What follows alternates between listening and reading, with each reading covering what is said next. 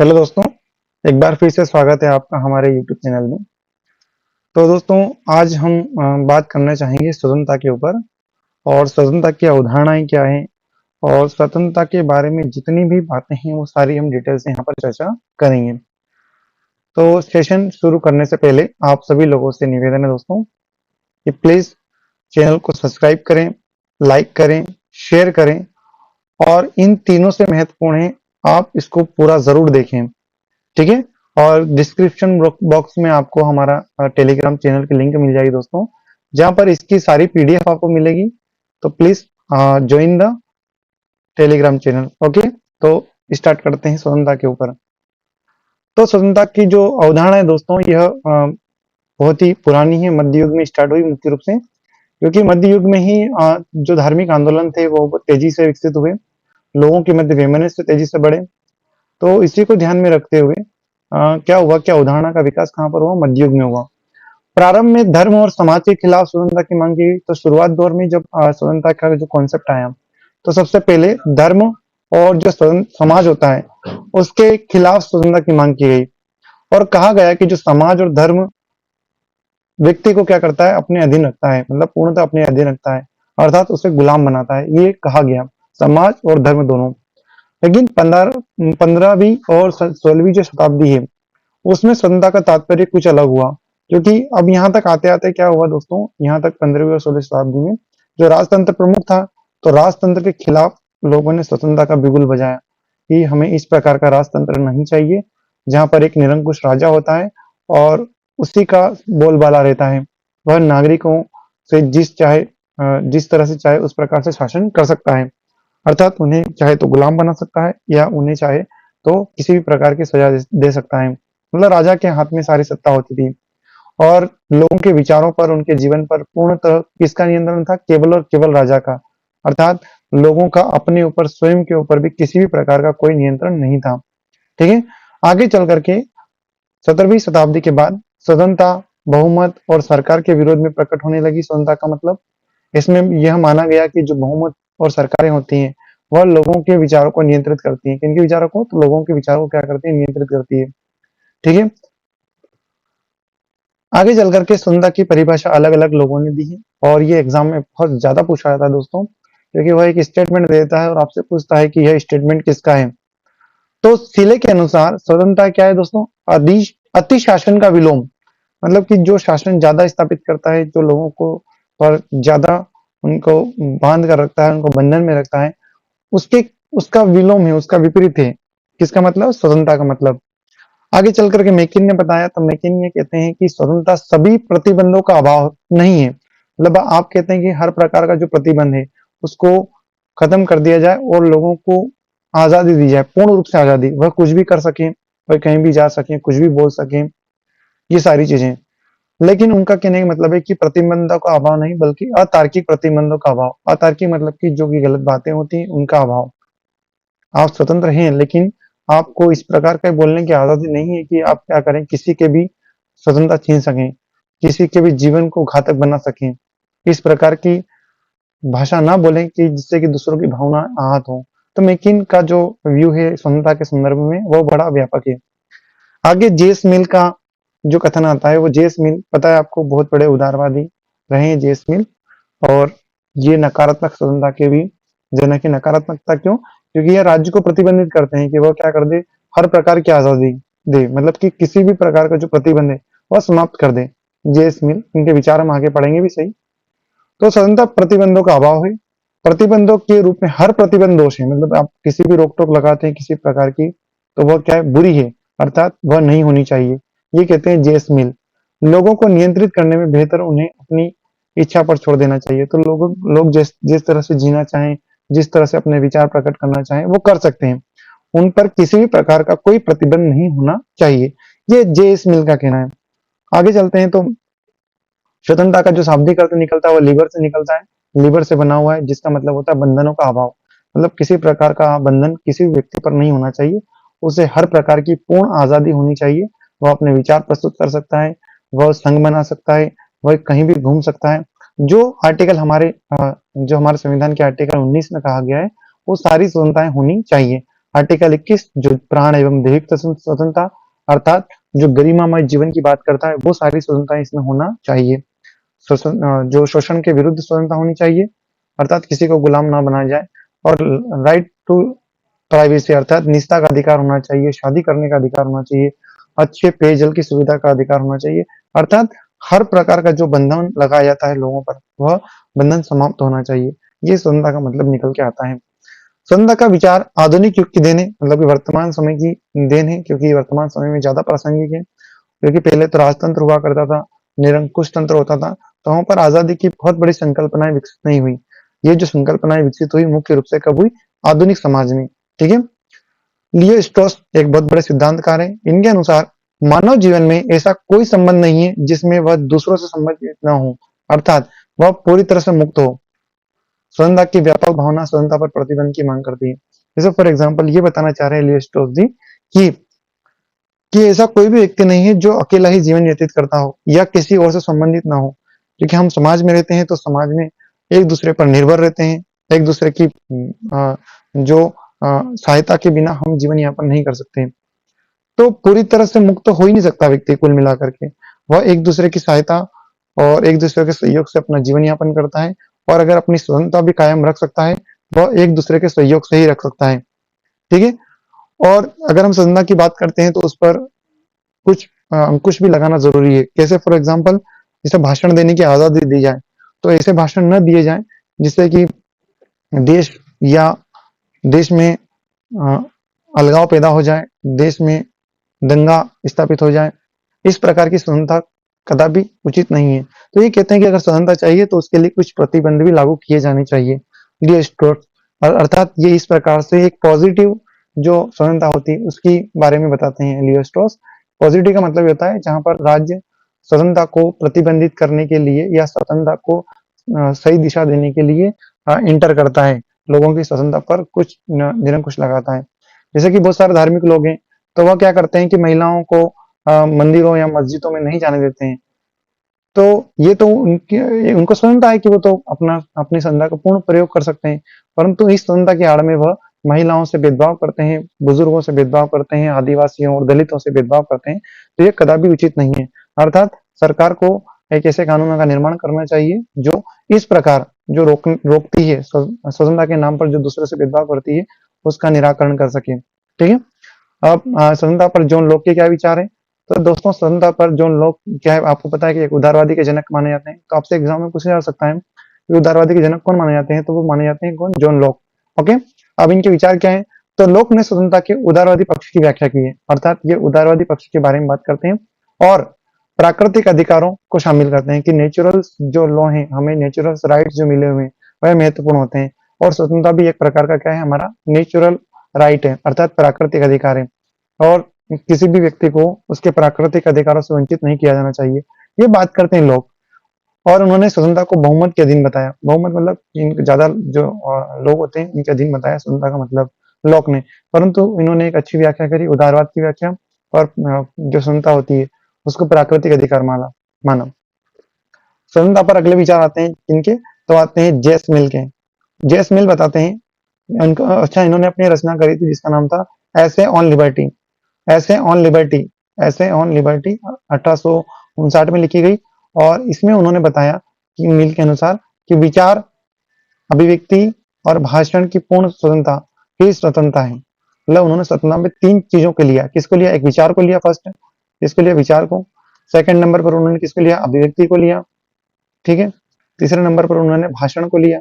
किसको लिया? भाषण को। तो भाषण की पूर्ण आजादी। तो आपसे एग्जाम में इसी प्रकार से क्वेश्चन बनते हैं कि जेएस मिल के अनुसार स्वतंत्रता का आशय क्या है? तो जेएस मिल सभी प्रकार के प्रतिबंधों का अभाव चाहते हैं, और साथ ही साथ विचार, अभिव्यक्ति और भाषण की पूर्ण स्वतंत्रता उनके स्वतंत्रता में उल्लेखनीय है। और वो बताते हैं कि प्रत्येक जो प्रकार का प्रतिबंध है वो सब बुरा है। मतलब आप लोगों की किसी भी प्रकार पर प्रतिबंध ना लगाएं, उनको पूर्ण आजादी दें। ओके। आगे, व्यक्ति अपने शरीर और मन का स्वामी है। ये बात किसने कही है? जेएस मिल ने कही है। अर्थात उनका शरीर और मन का अगर स्वामी है वह, तो वह अपने अनुसार निर्णय ले सकता है, अपने जीवन को बेहतर व्यतीत कर सकता है। ओके। आगे चल करके मिल के अनुसार स्वतंत्रता को सीमित करने वाला सबसे बड़ा माध्यम क्या है? बहुमत समाज। तो अगर स्वतंत्रता को राज्य या विधि के अनुसार प्रतिबंधित नहीं करना चाहिए, अगर स्वतंत्रता सीमित हो सकती है तो वह केवल किसके माध्यम से, समाज के माध्यम से।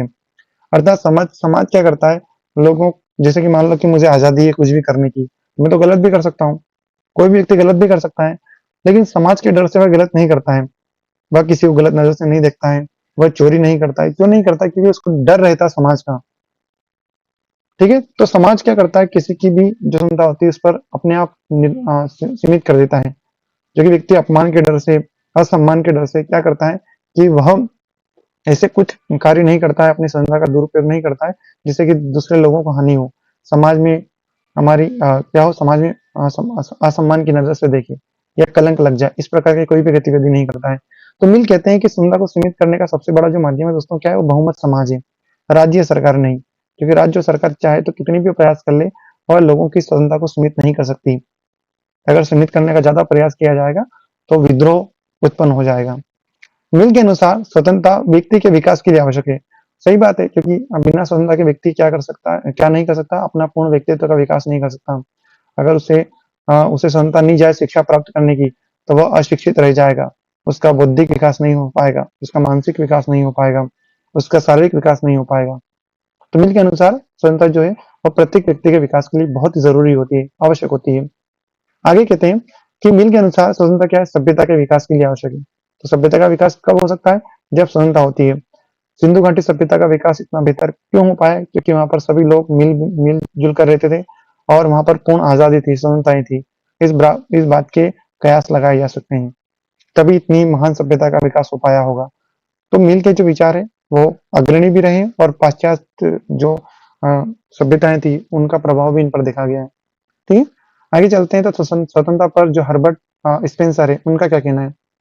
ये कहते हैं हर्बर्ट स्पेंसर कि स्वतंत्रता के नकारात्मक सिद्धांत के सबसे प्रबल नकारात्मक सिद्धांत उसे कहते हैं दोस्तों, जहां पर पूर्ण आजादी हो, मतलब राज्य इंटर ना करे, विधि के अनुसार किसी पर भी किसी की भी स्वतंत्रता न छीनी जाए, उसको कहते हैं नकारात्मक सिद्धांत। नकारात्मक का मतलब है पूर्ण आजादी। तो पूर्ण आजादी होगी तो व्यक्ति तो कुछ भी कर पाएगा ना, तो नेगेटिव ही है, तो वो किसी का भी शोषण कर पाएगा, इसका मतलब तो किसी को भी रोक टोक पाएगा, किसी की भी हत्या कर देगा, किसी का भी रेप कर देगा, इस प्रकार की।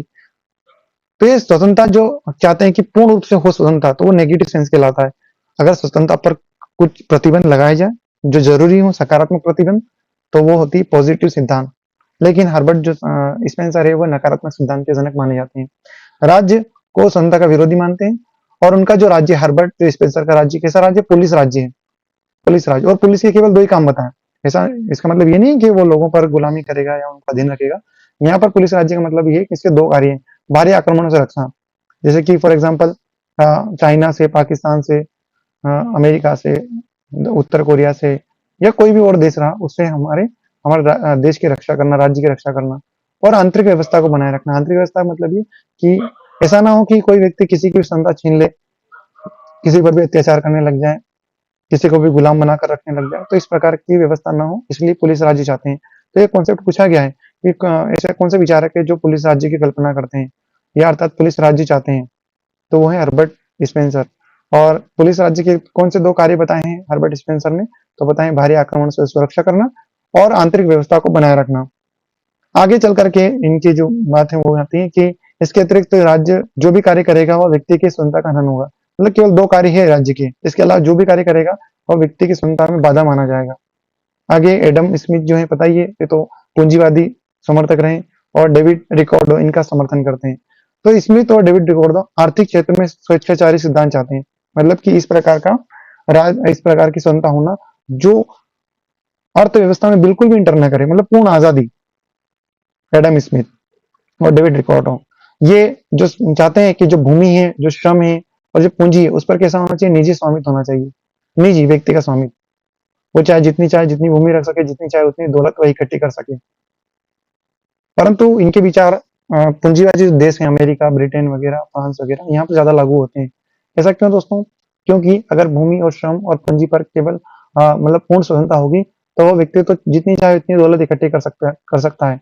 इससे वर्ग विभाजन स्टार्ट हो जाएगा, अमीर और गरीब होने लग जाएगा। लेकिन एडम जो स्मिथ है इस प्रकार की स्वतंत्रता चाहते हैं आर्थिक क्षेत्र में।